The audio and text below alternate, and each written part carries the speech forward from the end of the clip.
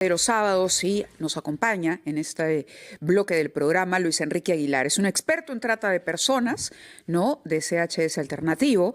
Y evidentemente el tema hay que abordarlo. La Fiscalía esta semana ha ingresado al Congreso, está investigando, ¿no?, la posibilidad de que haya una red de prostitución dentro del Parlamento. Polémica aparte, el crimen de la trata de personas ha crecido mucho en nuestro país, así como la minería ilegal y otras actividades que se han venido instalando y extendiéndose. Bienvenido, señor Aguilar. Muchas gracias por estar con nosotros. Muchas gracias, Mavila. A ver, ¿cómo tomar o cómo leer esta investigación que viene haciendo el Ministerio Público en el propio Congreso? Esto nos habla de a los niveles a los que se ha podido escalar eventualmente, si esto se llegara a demostrar. Sí, efectivamente. Ya la primera clarinada de alerta uno la debería encontrar en el reporte sobre trata de personas que publica el Departamento de Estado de los Estados Unidos, donde ya se menciona, y había mucha preocupación en general en el mundo, pero también en el Perú, sobre las implicancias que pueden tener la participación de funcionarios públicos en situaciones de trata de personas o, como en el caso peruano, también de explotación sexual, porque nosotros diferenciamos penalmente ambas figuras, ¿no? Entonces, ahí se relatan y se recuentan los casos en los que durante el 2023 y parte del 2024 funcionarios públicos de primer orden han participado y han sido procesados e inclusive sentenciados por casos de trata de personas. ¿En el Perú? En el Perú. ¿Tiene usted estadísticas sobre eso? No hay una estadística específica presentada por el Departamento de Estado de los Estados Unidos, pero sí se recuentan algunos casos, por ejemplo, que sucedieron en Lambayeque, en Junín y en otros territorios. Estamos hablando de funcionarios de qué nivel. Policías. El más paradigmático fue en Madre de Dios, donde el responsable de la lucha contra la trata de personas en Madre de Dios, si no mal recuerdo, un coronel de la policía, fue vinculado al caso Los Brothers, un caso que abarcaba una serie de regiones donde la trata de personas se configuraba, ¿no? Tanto desde la captación, que es el primer eslabón, hasta la explotación en sí misma inclusive. ¿Podemos únicamente encontrar en la manera en que se ha extendido, por ejemplo, la criminalidad organizada, hablando del caso del Tren de Aragua, o qué otros factores contribuyen a que esta actividad, en lugar de reducirse y combatirse, por el contrario, esté aumentando? Sí, de hecho, la propia Política Nacional de Lucha contra la Trata establece 4 tendencias que marcan el desarrollo de la política nacional y la manera en cómo se enfrenta la trata de personas. Y en esas tendencias uno encuentra que, por ejemplo, factores estructurales como la pobreza o la situación económica explicaban por qué la trata de personas tiene la dimensión que tiene en el Perú. Pero lo que se ha visto en los últimos años, por lo menos particularmente en el análisis que ha hecho CHS Alternativo a través de su informe sobre la implementación de medidas de cumplimiento de la política nacional, uno encuentra que hay un agravamiento. Ha aumentado la pobreza, estamos en un proceso de recesión económica que está generando mayores necesidades de búsqueda de trabajo, y la falsa oferta de trabajo es lo que normalmente se utiliza para captar a víctimas.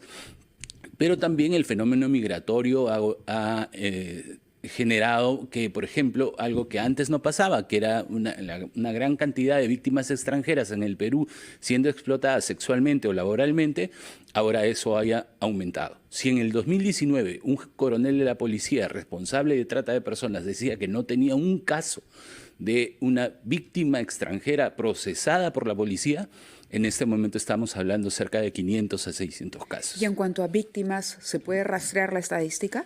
Lamentablemente ahí hay un problema que es estructural dentro de todo el proceso, ¿no? CHS Alternativo por el año 2009 comenzó a construir lo que se conocía como el RETA, ¿no? Y lo entregó a la policía y al Ministerio del Interior para que lo implementara. El RETA era el sistema de registro de casos. Sin embargo, en la actualidad existen divergencias entre la información que brinda la policía, que brinda la fiscalía, etc. Pero estamos alrededor de casos de aproximadamente entre 1.500 a 2.000 casos por año. Sin embargo, la magnitud puede ser muchísimo mayor.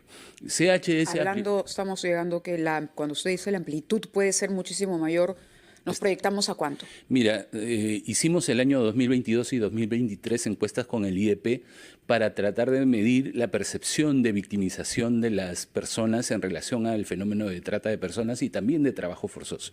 Y estamos hablando que entre 3.4 a 3.6 millones de personas reconocen haber vivido una experiencia que ellos entienden fue de trata de personas o de trabajo forzoso. Pero que no, claro, no se reportó, no se denunció de manera formal. No se denunció. Por lo tanto, es como el doble, en realidad. Estamos hablando de que la Fiscalía reconoce, por ejemplo, cerca de 1.500 casos procesados.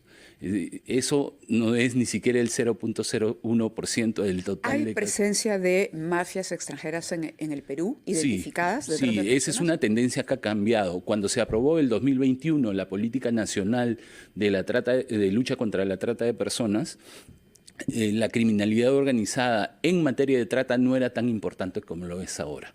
La presencia del Tren Aragua y sus facciones, entre otras bandas criminales, y cómo han diversificado sus actividades para generar más ingresos y más beneficios, eso ha cambiado exponencialmente, ¿no? Se calculaba el año 2023 que habían cerca de 80 redes criminales interviniendo en materia de trata de personas. 80 redes criminales. Sí. ¿Y de estas cuántas eran extranjeras, cuántas peruanas? No, ¿O mixtas de pronto? Mixtas.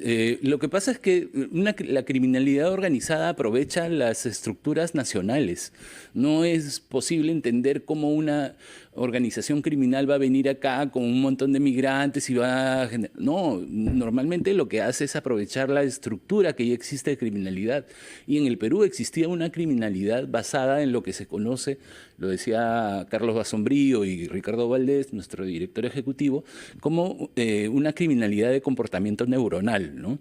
Es decir, que hacían sinapsis, brindaban servicios al mejor postor. Si tú necesitabas una víctima de trata, te la captábamos y te la llevábamos al lugar donde está. Alguien se encargaba de transportarlo y así funcionaba. Entonces, lo que ha hecho la criminalidad organizada es aprovechar eso y cooptar el modelo y hacerlo como parte de su intervención, ¿no? Por eso es que... mucho dinero detrás también. Claro, o sea... ¿Se puede calcular cuánto dinero mueve, así como se habla de la minería ilegal, por En Perú ejemplo? se habla cerca de 7.000 millones de dólares que se estaría moviendo en toda la cadena de valor vinculada con la trata. Solamente, por ejemplo, las actividades económicas ilegales que hemos podido estudiar en Loreto, por ejemplo, en temas de oro ilegal, narcotráfico, tala ilegal de madera y explotación sexual en sí misma, estamos hablando de que generan en oro ilegal cerca de 450.000 soles al mes, con mano de obra que es explotada, ¿no? Y para ir cerrando, ya que nos gana el tiempo, ¿qué deberíamos entonces hacer? ¿Cuál tendría que ser un primer paso de pronto para iniciar una lucha frontal contra esta actividad criminal? Mira, yo creo que en esto coincidimos con el Departamento de Estado. Nuestro informe alternativo, el 9º informe alternativo que publicamos lo dice, pero lo ha dicho en sus ediciones anteriores. Lo primero es aumentar el presupuesto. No puede ser que estemos disminuyendo el presupuesto para la Fiscalía. Para la Fiscalía, para la Policía, en general para el Estado. O sea, de los 42 servicios asociados a la lucha contra la trata de personas, servicios del Estado que ya existen, solamente 23 cuentan con presupuesto específico para la lucha contra la trata de personas. Nosotros hemos evolucionado también en la medición de qué servicios reciben fondos. Lo primero es establecer y que tengan los presupuestos, porque nos estamos olvidando de un factor importante, y es que la trata genera víctimas, y las víctimas normalmente son las que más sufren las consecuencias de todo esto. Uno persigue el delito, entre otras cosas, para brindarle a la víctima acceso a la justicia, pero también para completar su proceso de recuperación terapéutica. O sea, yo no puedo recuperarme completamente si es que pienso que mi perpetrador se encuentra libre. Claro, sin duda.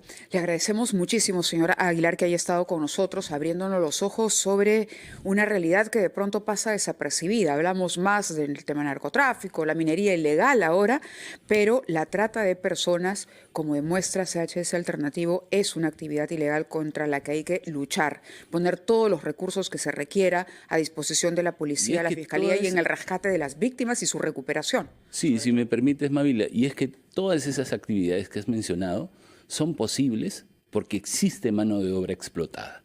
Ninguna actividad ilegal puede realizarse con contratos de trabajos formales, por ejemplo. Por ejemplo, Entonces, justo de lo que hablábamos con el ministro de Trabajo en la primera parte de este programa. Muchas gracias nuevamente. A Que tenga ustedes. feliz año.